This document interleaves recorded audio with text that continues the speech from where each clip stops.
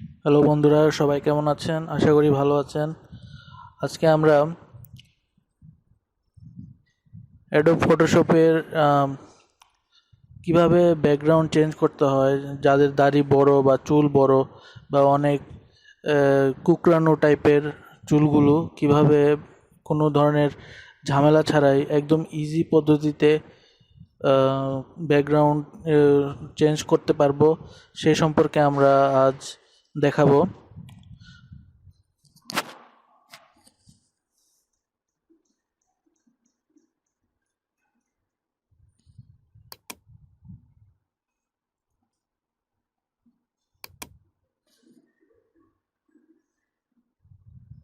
ফার্স্টে একটা ছবি আমরা নিলাম।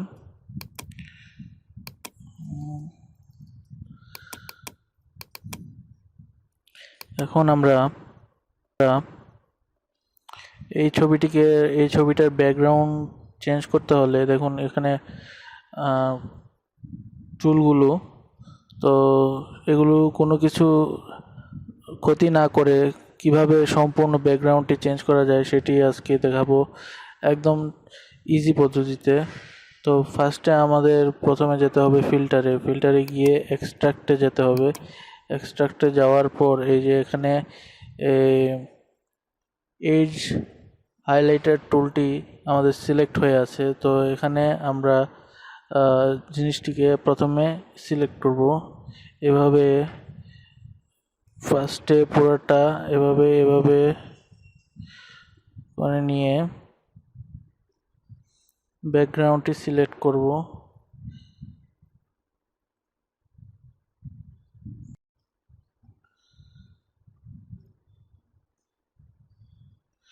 তো ব্যাকগ্রাউন্ডটি সিলেক্ট করার পর ভালো করে দেখে নিব যাতে কোনো ব্যাকগ্রাউন্ডের না বাকি থাকে। ওকে, যে হালকা। তো এখন আমরা এখানে স্মুথটাকে 70 বা একটু বাড়িয়ে দিলাম। তারপর আমরা এখান থেকে এই বাটনটিতে ক্লিক করব। ক্লিক করার পর আমরা এই ছবিটির মধ্যে মানে ফেসটির মধ্যে ক্লিক করব। তো পুরাটা সিলেক্ট হয়ে গেল। এখন আমরা ওকেতে চাপ দিলেই দেখুন আমাদের পুরা ছবিটা একদম সম্পূর্ণভাবে সুন্দরভাবে সিলেক্ট হয়ে গিয়েছে। দেখুন চুলগুলো মতোই আছে, কোনো ধরনের হয়নি, ঝামেলা হয়নি, কোনো ধরনের ক্ষয়ক্ষতি ছাড়াই আমরা এটি সিলেক্ট করে ফেলতে পেরেছি।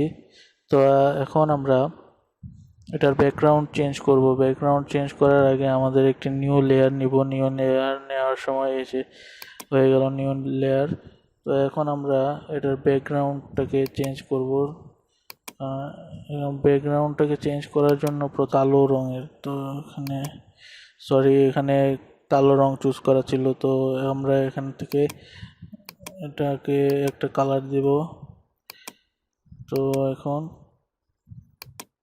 কালারটা অল্টার ব্যাক স্পেস দিলে দেখুন এটা সম্পূর্ণ নীল কালার হয়ে গেছে। এখন এই লেয়ারটার উপর চেপে ধরে ছেড়ে দিব।